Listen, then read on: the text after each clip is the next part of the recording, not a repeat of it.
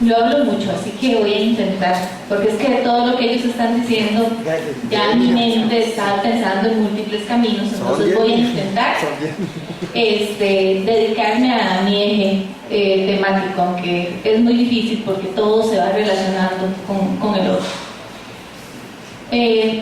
Por el año 2001 tuve la oportunidad de leer un libro de un autor español, apellido Blázquez, que se llamaba Sociedad de la Información y Educación.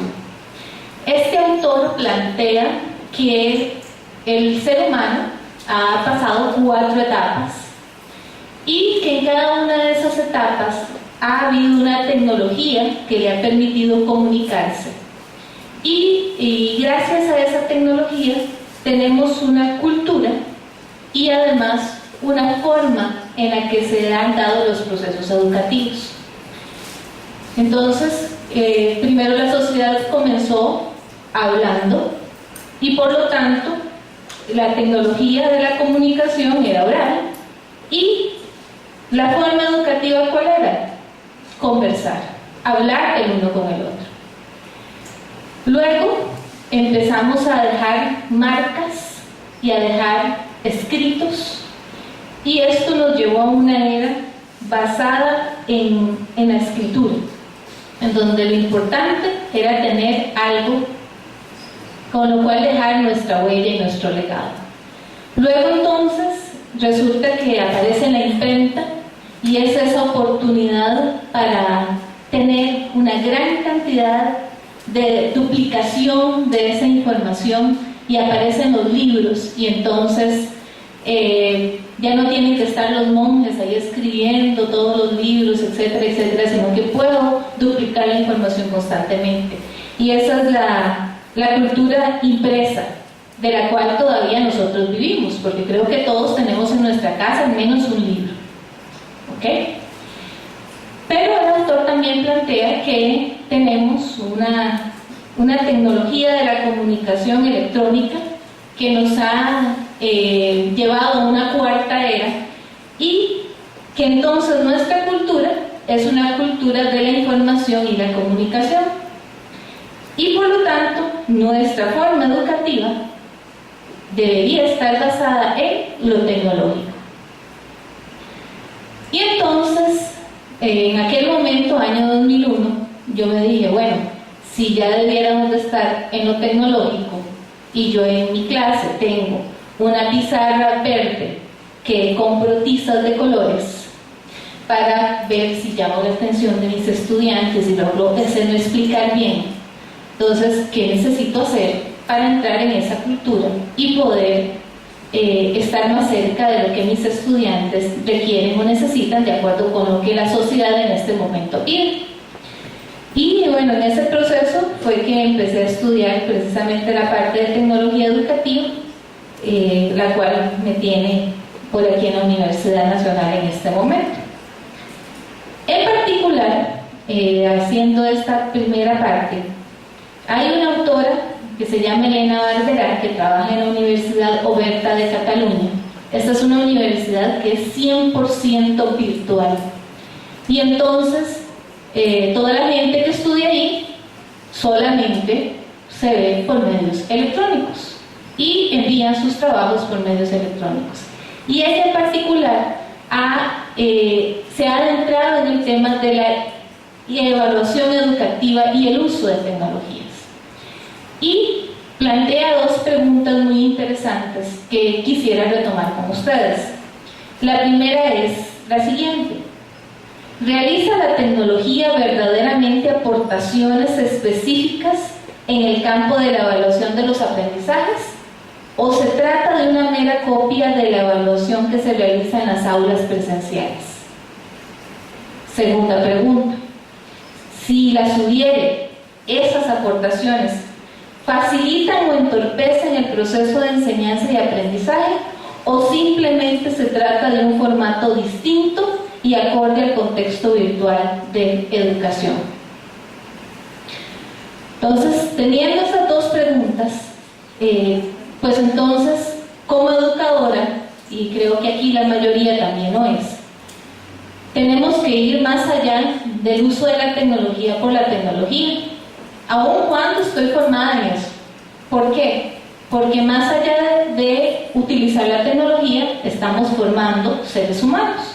Y entonces, yo digo, hay 3 preguntas también que para mí son importantísimas antes de contestar esas 2. Y lo primero es, ¿qué se evalúa en los procesos de enseñanza y de aprendizaje?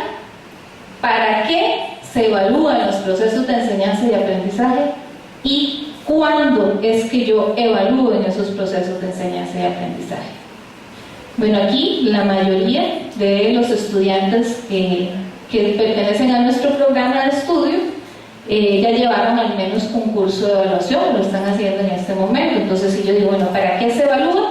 Yo diría que en un proceso de enseñanza y aprendizaje se evalúan todos los factores que intervienen: el estudiante, el profesor, la planificación, la organización, el contexto cultural, la cotidianidad, etc. ¿Para qué evalúo yo? Bueno, si soy una docente, yo evalúo para conocer y mejorar mi práctica docente. ¿Por qué? Porque estoy en esa función de colaborar con el aprendizaje de mis estudiantes. Entonces tengo que evaluar si estoy logrando eso o no. Pero además el estudiante debiera de aprender de la propia evaluación y de la corrección que obtiene a través de la auto y la evaluación del docente. ¿Y cuando evaluamos? Yo creo que esa la sabemos todos. Evaluamos antes, como un diagnóstico. Evaluamos durante el desarrollo del proceso, porque necesitamos saber cómo vamos en ese proceso de enseñanza y de aprendizaje, y necesariamente tenemos que evaluar en la fase final del proceso, porque necesitamos saber hasta dónde alcanzamos los objetivos y las actividades fueron de relevancia para ese aprendizaje de los estudiantes. Entonces, ¿qué permiten las tecnologías hacer en la actualidad? Bueno, por una parte, para los que se han adentrado en este mundo de las tecnologías, hay muchísimas aplicaciones, creo que miles de aplicaciones, que podríamos utilizar para que se haga una evaluación de tipo automático. Y de hecho, cuando hemos participado de procesos de formación de docentes en servicio para el uso de tecnologías, muchos profesores lo que están esperando es encontrar un software en el cual ellos puedan poner una tarea o un examen y que se califique automáticamente y tengan de una vez la calificación. Al mismo tiempo, esa es una forma, ¿verdad? Y hay muchas aplicaciones con las cuales podríamos hacer eso. Otra forma es la evaluación de tipo enciclopédico. Así, antes decía Diego, tenemos un mar de fuentes de información. Entonces yo le digo en este momento a un estudiante, mire, necesito una monografía sobre la educación de Costa Rica en el siglo XIX. Y yo les aseguro que la persona encuentra información. Mucha, poca, no sé qué fuentes, pero de que la encuentra. Pero además tiene la posibilidad de tenerla en internet también, y podría entonces también aportar información que él mismo ha recabado para los demás. Pero lo más importante para mí es que yo también puedo hacer evaluación de tipo colaborativo. Entonces, un entorno como una wiki, por ejemplo, que es algo súper sencillo, me puede permitir estar en relación con otras personas, participando de forma conjunta para elaborar un trabajo, pero al mismo tiempo ir evaluando el progreso que tenemos, por ejemplo, en una investigación. Entonces, antes Kylie y Susana dijeron sobre el uso de Google y las herramientas de Google. El tener el Google Drive, por ejemplo, es increíble lo que podemos hacer si sabemos usarlo y lo compartimos adecuadamente.